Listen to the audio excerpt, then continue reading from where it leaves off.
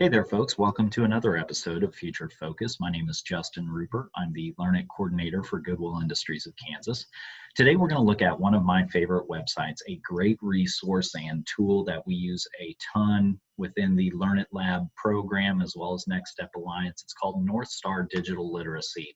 And this is a website where you can go and test your skills in essential computer skills, essential software skills, and then using technology in daily life. So it has these three categories, and they are essentially walkthrough assessment tools to kind of figure out where you're at in terms of your digital skill level. So let me jump into a screen share here, and we'll jump right over to that website. The website is digitalliteracyassessment.org.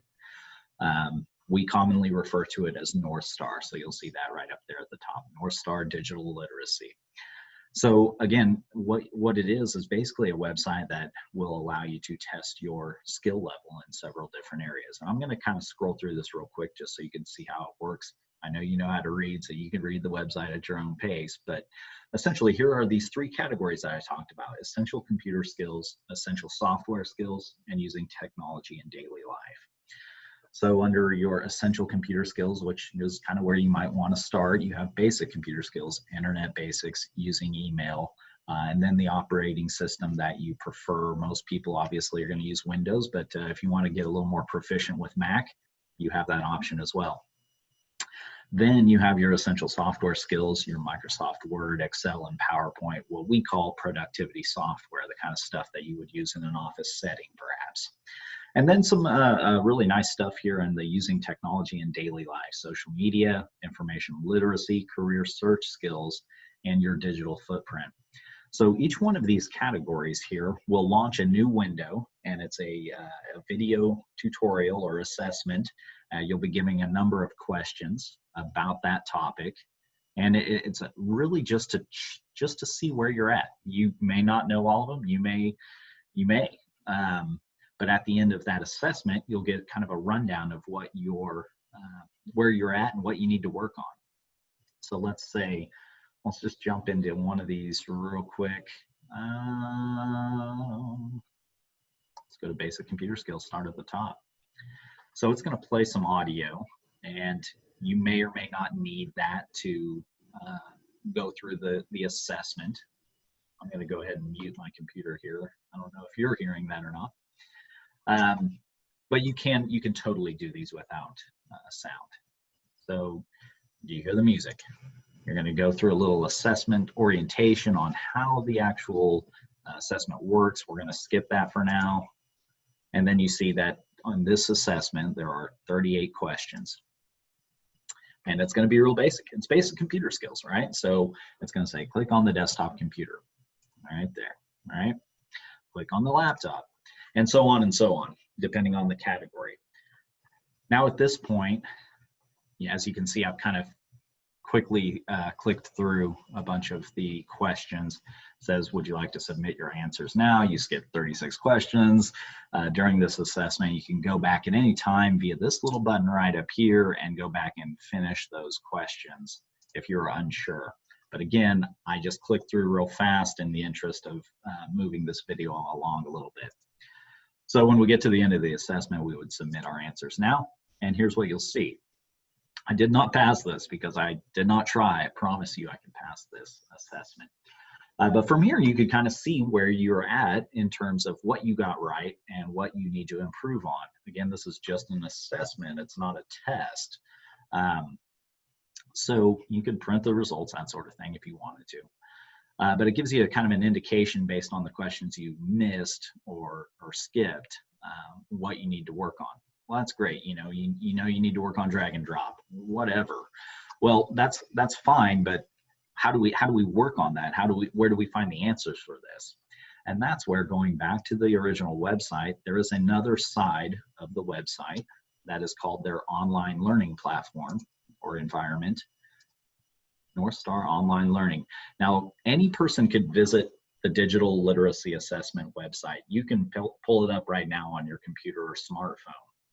However, we can, as an official location within Northstar, invite you to our learning environment where we can track your progress and take a look at what you're struggling with and develop a plan to help you out. So that's where the Northstar Online Learning comes from. We jump over there onto this side of the website, so to speak, and we can take a look at the skills we need to work on. Say it's, basic computer skills or internet or email. We have the assessments, then we have the practice sessions. So it's a very robust, and it's still a work in progress in some of these, you'll see. But it is a very robust website that we use quite a bit to, like I said, we use quite a bit in our Learn It Lab program. So if you are interested in getting an invitation to join this environment, we'd be happy to do so. Just send us a message here on the Facebook page, and we can get you invited, and then you will have access to all the practice sessions for each of the modules. And that's a really neat website. Again, the essential software skills may not be for everybody, or maybe it is. But the essential software skills, I might have misspoke there. Did I say essential computer? This is essential software I'm talking about now. These are really good assessments, and they are not easy. So they're not super hard, but there's